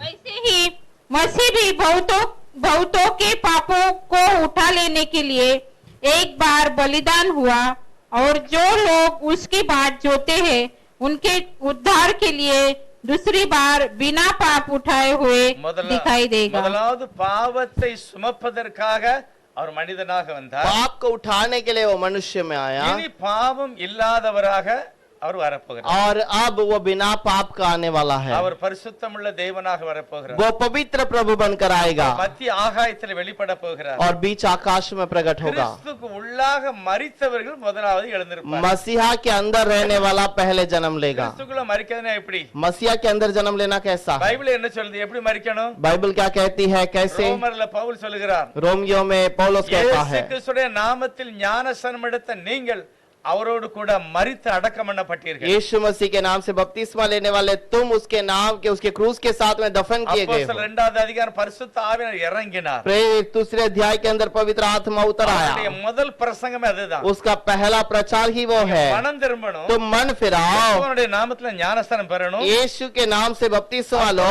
பரிசுத்த ஆவியின் வரத்தை तब பெறுவீர்கள். ही तुम पवित्र आत्मा का वरदान पाओगे। பரிசுத்த ஆவியானவர் எருசலேம்ல இருந்து வெளிப்படுத்தின और வார்த்தை. ये पवित्र आत्मा यरूशलेम से बातें करने वाली ஆனா बातें ரோம் हैं। தேசத்திலிருந்து வந்த வெளிப்பாடு வேற. अब रोम देश से आने वाला उपदेश अलग है, அது எருசலேம்ல இருந்து வரல. वो यरूशलेम से नहीं आया। கிறிஸ்துவம் என்ற வார்த்தை முதல் எங்க வெளியாச்சு? और ट्रिनिटी का शब्द पहली बार कहां से आया है? யார் இந்த பேரை முத வச்சா? कौन इस शब्द को पहला उपयोग किया गया? ரோம் தேசத்துல தான் ஃபர்ஸ்ட் வைக்காங்க. ये रोम देश से ही आरंभ किया गया है, அவங்க தான் எல்லா பக்கம் ட்ரினிட்டி வச்சாங்க. और वही सब जगह पे ट्रिनिटी करके रखने அதுல लगे। இருந்து வெளியே வந்த சபை சிஎஸ்ஐ, उसके अंदर से बाहर आने वाला CSI, அவங்களும் பார்த்தாங்க ஹோலி ட்ரினிட்டின்னு வச்சுட்டான். और उन्होंने भी देखा होली ट्रिनिटी करके नाम நிறைய रखे। பெந்தேகோஸ்து சபை கூட ட்ரினிட்டி வச்சிருக்காங்க. आजकल बहुत सारे पेंतेकोस्त कलीसिया भी ट्रिनिटी करके नाम रखते எருசலேம்ல हैं। இருந்து வரல, இது ரோம்ல இருந்து வந்திருக்கு. ये यरूशलेम से नहीं आया, ये रोम से आया है। ஆகவே வேதம் சொல்லுகிறது, इसलिए कलाम कहती है கிறிஸ்துவானவர் मसीहा அவருடைய சொந்த சரீரத்தை பலி செலுத்தினார். अपने खुद के शरीर को बलिदान किया அந்த பலியை விசுவாசித்து और उस बलि को विश्वास அவருடைய करके சரீரத்தின் வழியாக வருகிறவன் ஜீவனை பெற்றுக்கொள்வான். और उसके शरीर से आने वाला वो जीवन को पाता है। எபிரேயர் 10:19 சொல்லுகிறது. इब्रानियों का 10:19 कहता है। ஆகவே சகோதரரே, इसीलिए भाइयों, நான் பரிசுத்த ஸ்தலத்துக்குள் பிரவேசிப்பதற்கு और मैं पवित्र स्थान में प्रवेश करने के लिए இயேசுவானவர் தமது மாம்சத்தின் திரையின் வழியாய் புதிதும் ஜீவனுமான வழியை மார்க்கத்தை உண்டு பண்ணி இருக்கிறார். और यीशु मसीह के द्वारा उस नए और जीवन का मार्ग से पवित्र स्थान में प्रवेश करने को हिवाई रखते हैं। வரணும். उसी रास्ते से आना। அந்த வழியை எங்க வரணும்? वो रास्ते से कहाँ आना है? பாருங்க, எழுதியிருக்கிறாரு அவர் 4வது அதிகாரத்துல और 4थे अध्याय में கடைசி வசனம் சொல்லுகிறது. इब्रानियों का 4 आखिरी वचन எங்க வரணும் பாருங்க. कहाँ आना है देखिए। ஆதலால் इसीलिए நாம் இரக்கத்தை பெறவும் हम अनुग्रह के पाने के लिए ஏற்ற சமயத்திலே சகாயம் செய்யும் கிருபையை அடையவும் और सही समय में उस सहायता को पाने के लिए தைரியத்தோட கிருபாசன தண்டை வரணும். धैर्य से अनुग्रह के सिंहासन के निकट आए। கிருபாசனம் எங்க இருக்கு? और अनुग्रह का आसन कहाँ है? பரிசுத்த ஸ்தலத்துல वो இருக்கு. तो महापवित्र स्थान में है। அங்க யாராவது போன செத்து போயிடுவாங்க. वहाँ कोई भी जाएगा तो वो मर जाएगा। பழைய ஏற்பாடுல அப்படிதான் எழுதி இருக்கு. पुराने नियम में वही बात कही गई है। கிருபாசனத்துக்குள்ள தேவ பிரசன்னம் இருக்கிறது. अनुग्रह के आसन में प्रभु का आसन है। அங்க யாரும் போக முடியாது. वहाँ कोई नहीं जा सकता। அது போணும்னா அதுக்கு நியமிக்கப்பட்ட ஆசாரியன். और वहाँ जाना है तो उसके लिए चुना गया याजक। அந்த ஆசாரியன் இடையில கயிறை கட்டிட்டு தான் போகணும். वो याजक भी कमर में एक रस्सी बांध कर ही जाना है, செத்து போனா பிடிச்சு வெளியே இழுக்குது. ताकि यदि मर जाए तो उसे बाहर पकड़कर खींच के அங்க निकाले। யாரும் போனா செத்து போயிடுவாங்க. कोई भी जाएगा तो मर जाएगा। பவுல் சொல்லுகிறார், लेकिन पौलुस कहता है, இன்னைக்கு நீ அந்த பரிசுத்த ஸ்தலத்துக்கு போகலன்னா நீ செத்து போயிரு. अगर आज तू उस अनुग्रह के आसन में नहीं जाएगा तो तू मर जाएगा। இயேசுவே கிருபாசனம். यीशु ही अनुग्रह का आसन है। இருக்கிற இடம் தான் கிருபாசனம். यीशु जहाँ पर है वही अनुग्रह का आसन है, அவருடைய பிரசன்னம் தான் கிருபாசனம். और उसका मही प्रशंसा ही इस अनुग्रह का आसन है। இன்னைக்கு நான் வாழணும்னா கிருபாசனத்துக்கு போகணும். और यदि आज मुझे जीवित रहना है तो अनुग्रह के आसन में जाना होगा। நிறைய பேர் வெளியே நின்னுக்கிட்டு தான் ஜெபம் பண்ணுவாங்க. बहुत सारे लोग बाहर खड़े रहकर प्रार्थना करते நம்ம हैं। வெளியே நிக்க கூடாது, உள்ளுக்குள்ள வரணும். हमें बाहर नहीं बल्कि अंदर आकर खड़े रहना है, அவரோடு பேச வேண்டும். मसीहा से बातें करना है। ஆண்டவருக்கும் நமக்கும் மத்தியில வேற வேற வேலைக்காரங்க இருக்க கூடாது. प्रभु और मेरे बीच में कोई बीच में नौकर नहीं चाहिए, நான் போணும்.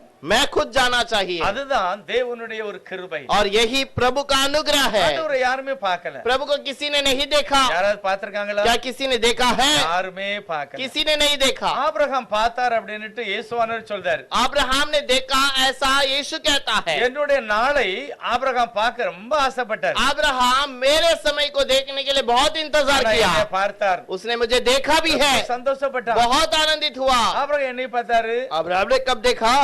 ஆதியாகமம் 18வது அதிகாரம் பார்த்தாரு. उत्पत्ति के 18वां अध्याय में देखा। அவர் எப்படி பார்த்தாரு? कैसे देखा? ஒரு தேவ தூதனை போல பார்த்தார். एक स्वर्गदूत के समान देखा। தேவன் தன்னை வெளிப்படுத்துவதற்கு தூதனாக வெளிப்பட்டார். प्रभु अपने आप को प्रकट करने के लिए एक स्वर्गदूत के समान दिखाया। யாக்கோபுக்கு தேவதூதனாக வெளிப்பட்டார். याकूब को स्वर्गदूत के समान दिखाया दिया। பிலேயாமுக்கு தேவதூதனாக வெளிப்பட்டார். बालाम को प्रभु भविष्यद्वक्ता के समान, वहाँ पर स्वर्गदूत के समान आया। ஆபிரகாமுக்கு, अब्राहम को, இன்னும் எத்தனையோ பரிசுத்தவான்கள் தேவ தூதனை போல தரிசித்தார். और भी बहुत सारे लोगों को वहाँ पर पवित्र आत्मा के द्वारा दिखाई दिया। மோசே ஒரு நாள் ரொம்ப ஆண்டவர்ட்ட க்ளோஸா பேசுறாரு. और मूसा बहुत सारे लोगों से बहुत गहरे से बातें करता है। என் மேல கிருபையா இருக்கேன்னு சொல்லுதே இல்ல. आप तो बार बार कहते हैं कि मैं तेरे पर दया करता हूँ, दया करता हूँ। உண்மையிலே நீங்க என்னை நேசிக்க, நானும் உம்மை நேசிக்கிறேன். मैं भी आपसे प्रेम करता हूँ, आप भी मुझसे प्रेम करते हैं।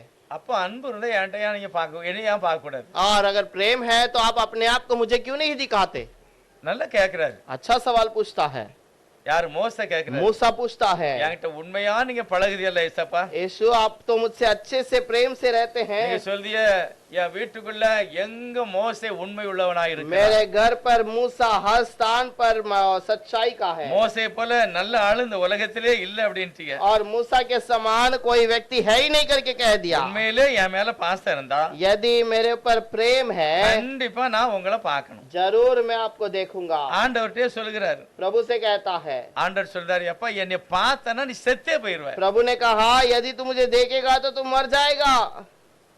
இல்ல நான் கண்டிப்பா பார்க்கணும். प्रभु मुझे तुझे जरूर देखना। அதுதான் தேவன் தேவனிடத்தில் நான் வைத்த ஒரு அன்பு. और ये प्रभु के ऊपर रखा हुआ एक प्रेम है। அவர் ரொம்ப கண்டிப்பா எனக்கு பார்க்கணும் இப்படி சொல்லுகிறார். और ये बार बार कहता है प्रभु मुझे देखना है। ஆண்டவர் சொல்லுகிறார், और प्रभु कहता है ஒன்னு செய்ய, एक बात है, एक ஒரு काम இடம் कर। இருக்கிறது, एक स्थान है, அது உடைக்கப்பட்ட ஒரு கன்மலை, और वो एक तोड़ा गया एक दरार है, ஒரு உடைக்கப்பட்ட பிளக்கப்பட்ட ஒரு கன்மலை. एक चट्टान के दरार है। அந்த கன்மலையில இருந்து उस चट्टान के दरार से நீ ரொம்ப ஆசைப்படுத பத்தியா, और तू बहुत प्रेम सोचता है அதனால इसलिए। அந்த இடத்துல இருந்து என்னை பார்க்கணும். और इसलिए उस स्थान से तू मुझे देख।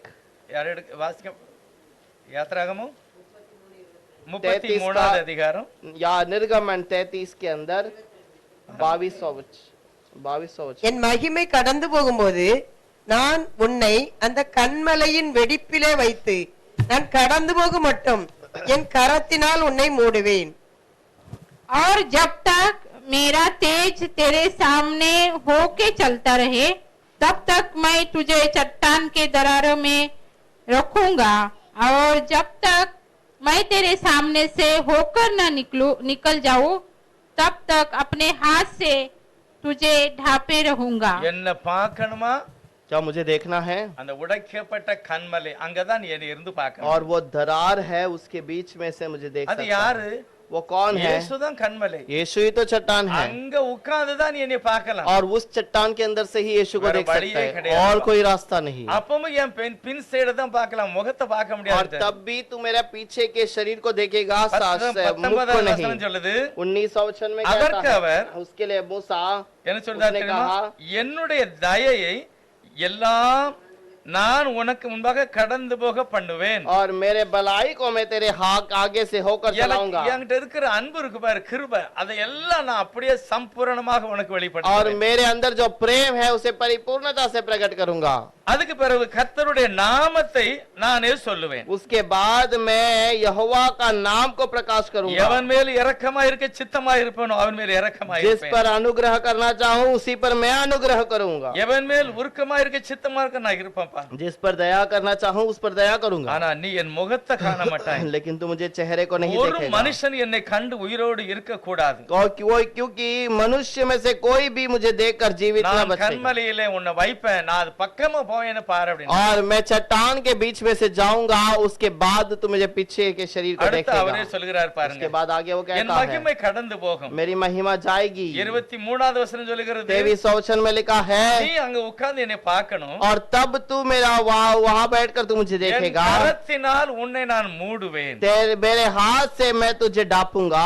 பிதாவாகிய கர்த்தர் சொல்றார், நான் போய்கிட்டே உன் முகத்தை மூடிடுவேன். पिता कहता है, मैं अपने हाथ को बंद कर, तेरे आंखों को बंद करके मैं तेरे सामने से வரும்போதே जाऊंगा। உன் மூஞ்ச மூடிடுவேன். और वहां से आने के समय पर तेरे चेहरे को அந்த डापूंगा। பிரகாசம் என்னை நீ பார்க்க முடியாது. तो और प्रकाश से तू मुझे देख नहीं पाएगा। ஆனா நான் போகும்போது என் கையை எடுத்துருவேன். और मैं आगे जाते जाते मेरे हाथ को उठा लूंगा। பேக் சைட மட்டும் तो मेरे पीछे के शरीर को देखेगा, நீ பார்க்கவே முடியாது. आगे का देख नहीं सकता। அப்படியே ஆண்டவர் போகிறார். प्रभु वहां से இவர் चला गया। கண்மலையில கிறிஸ்து என்கிற சரீரத்தில் இருக்கிறார். और ये मसीहा के शरीर के अंदर मूसा बैठा है। அப்படியே அந்த பின் சைட பார்த்தார். और तब वो मूसा ने प्रभु के पीछे के शरीर को சாது देखा। சுந்தர் சிங் சொல்லுகிறார், साधु सुंदर सिंह कहता अनेक है, பரிசுத்தவான்கள் बहुत சொல்லுகிறார், सारे पवित्र लोगों ने कहा, உண்மையான தீர்க்கதரிசிகள் और சொல்லுகிறார், सच्चा भविष्यवक्ता कहते हैं। இயேசு கிறிஸ்துவினுடைய கல்வாரி சிலுவையில अड़िकपट्ट शरीरத்தை பார்த்தார். और मूसा ने मसीहा यीशु के उस शरीर के घाव को देखा जो उसके क्रूस पर लगा था। அவருடைய சரீரத்தை தரிசனத்துல பார்க்கிறார். और उसके शरीर को दर्शन पे उसने वहीं पर देख लिया। தேவ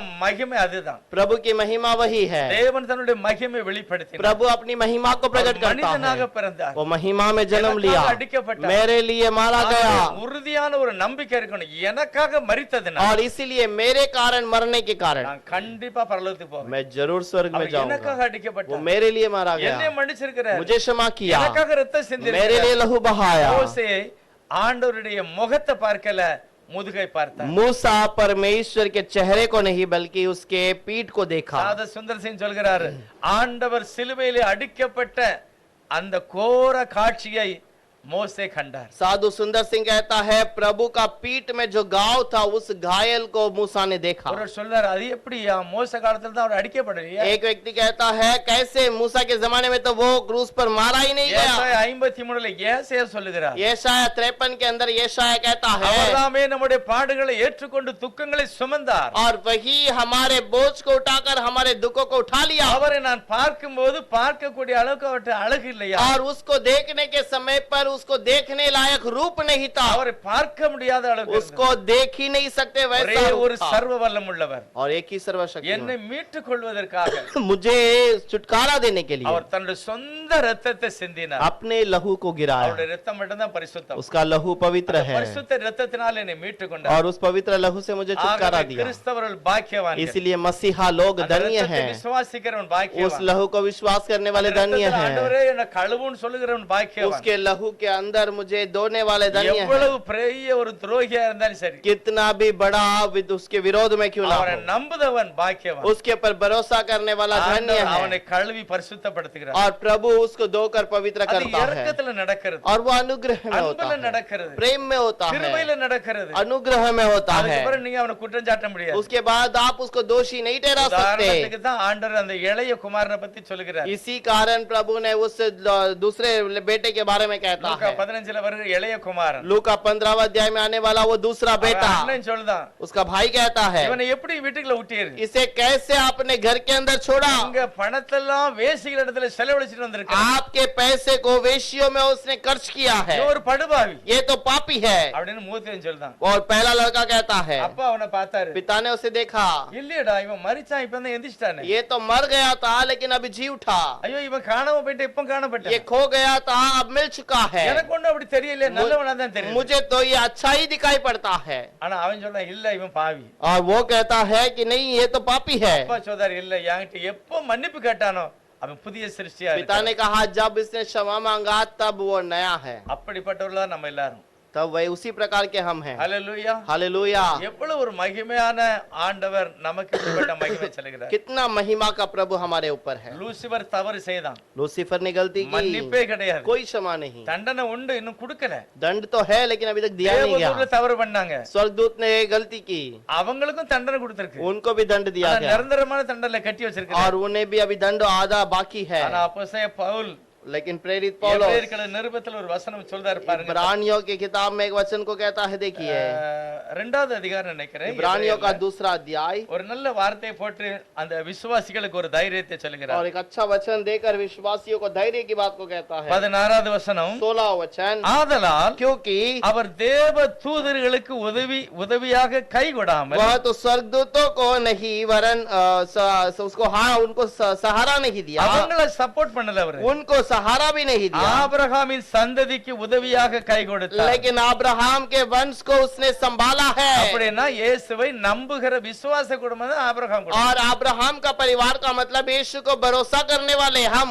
நீங்க விசுவாசித்தா எவ்வளவு பாக்கியம், आप विश्वास करते हैं तो आप धन्य हैं। எவ்வளவு ஒரு பாக்கியம் பாருங்க. आप कितने धन्य हैं இயேசுவை देखिए। நம்புகிறவர்கள் ஆபிரகாமுடைய சந்ததி. यीशु के ऊपर भरोसा करने वाले धन्य हैं। இது அவர் கிருபையா கொடுத்திருக்கிறார். उसने अनुग्रह से दिया, அவர் கிருபையாக இந்த ரட்சிப்பை நமக்கு और தந்திருக்கிறார். इस अनुग्रह से प्रभु ने हमें दिया है। மோசே எல்லாம் பார்த்துட்டாரு, मूसा ने ये सब कुछ அவருடைய देखा, பேக் சைட பார்த்திருக்கிறார். उसके पीछे के पीठ को देखा, கல்வாரி குருசில அடிக்கப்பட்ட வண்ணமாகவே அவர் போனார். कलवरी क्रूस पर उसका मार खाया हुआ शरीर को दिखा, இப்பவும் அவர் அப்படிதான் இருக்கிறார். और अभी भी वो जो वैसे ही है। இப்பவும் ரத்தம் தோய்க்கப்பட்ட வஸ்திரத்தில் அவர் இருக்கிறார். और आज भी वो लहू बहाया गया उस शरीर पे, उस वस्त्र में खड़ा है। வலது வாரிசம், और यही स्थान को कहता है वो दाहिने ओर खड़ा அவருடைய है, வலது கரம், और उसका दाहिना அவருடைய हाथ। வலது வாரிசம் எது வரைக்கும் இருக்காரோ அது வரைக்கும் இரக்கம் செய்யக்கூடிய, और जब तक वो दाहिने ओर खड़ा है, दाहिने हाथ उसके हमारे ऊपर है, तब तक दया है, அது வரைக்கும் மன்னிப்பார். तब तक वो क्षमा करेगा। வலது வாரிசம் அப்படிங்கிறதுன்னா அவர் மன்னிக்கிற சுபாவம் உள்ளவராக இருக்கிறார். और जब तक वो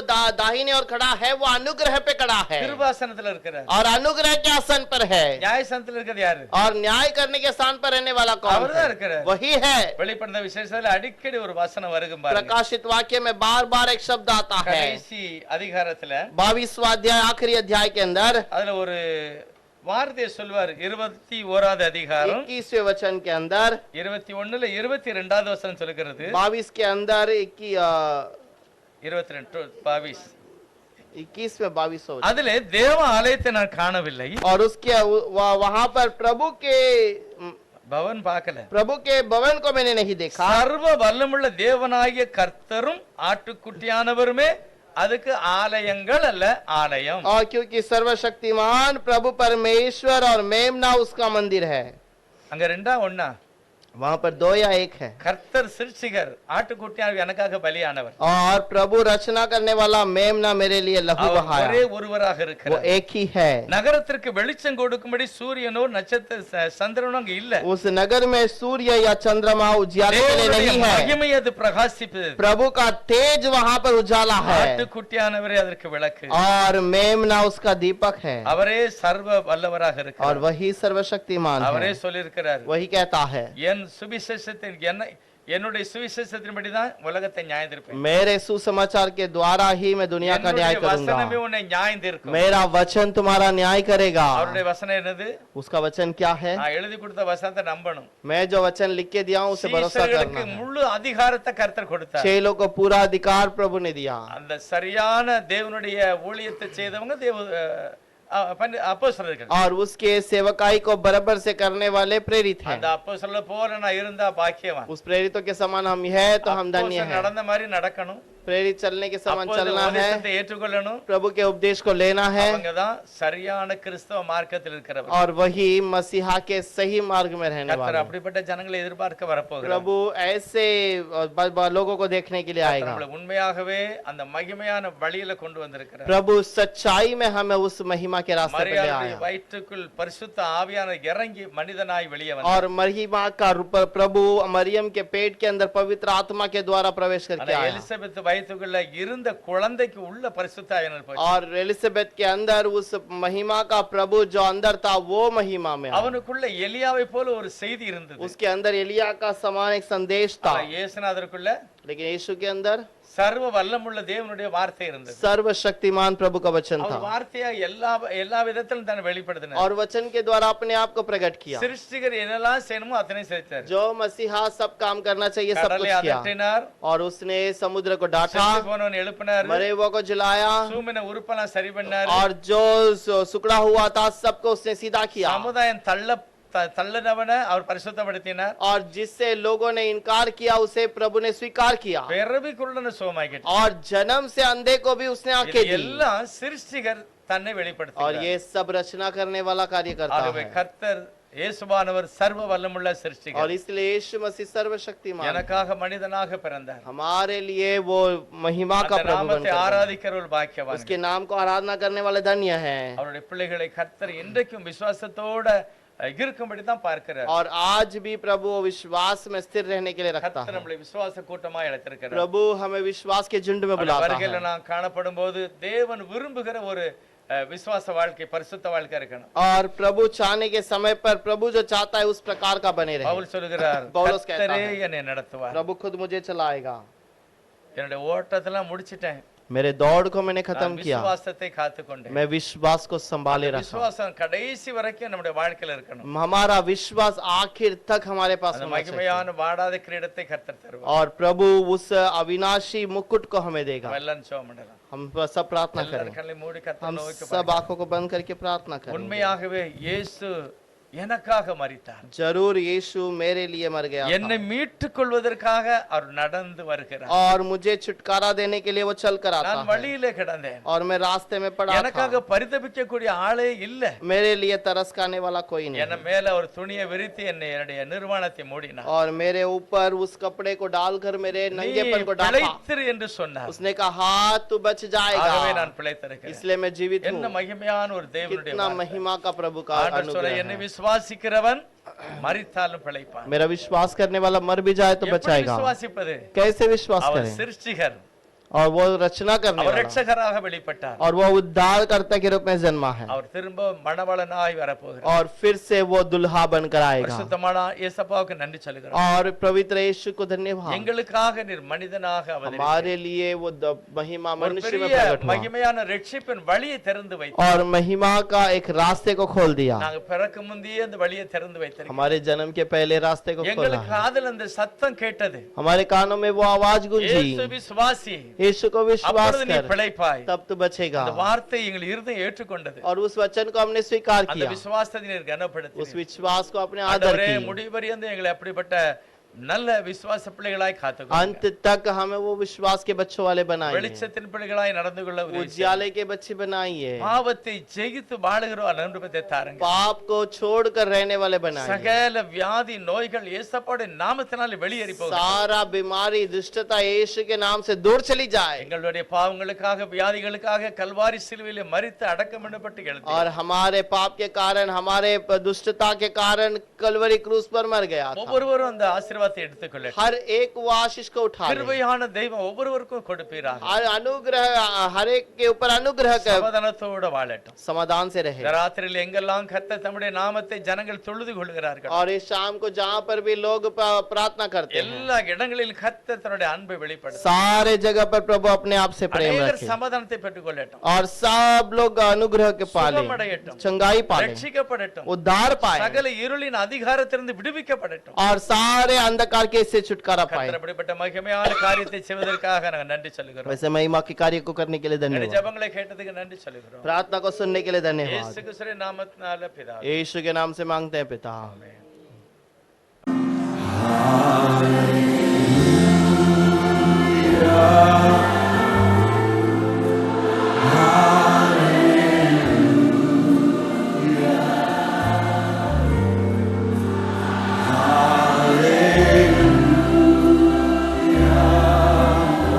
Thank you, Jesus.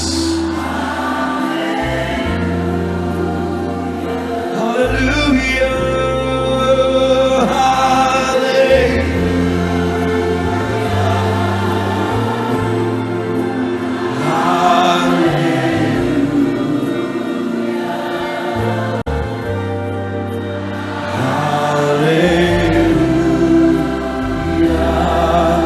Hallelujah. Come on, let's sing. Thank you, Jesus. Thank you, Jesus. Thank you, Jesus.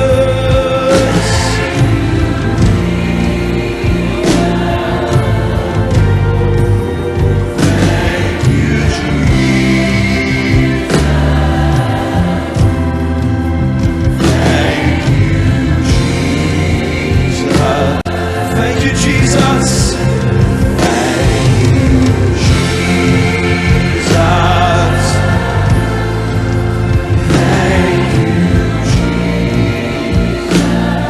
Thank you, Jesus.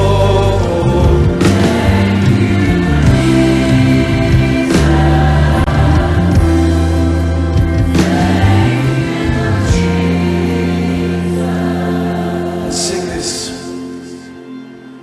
Holy, holy.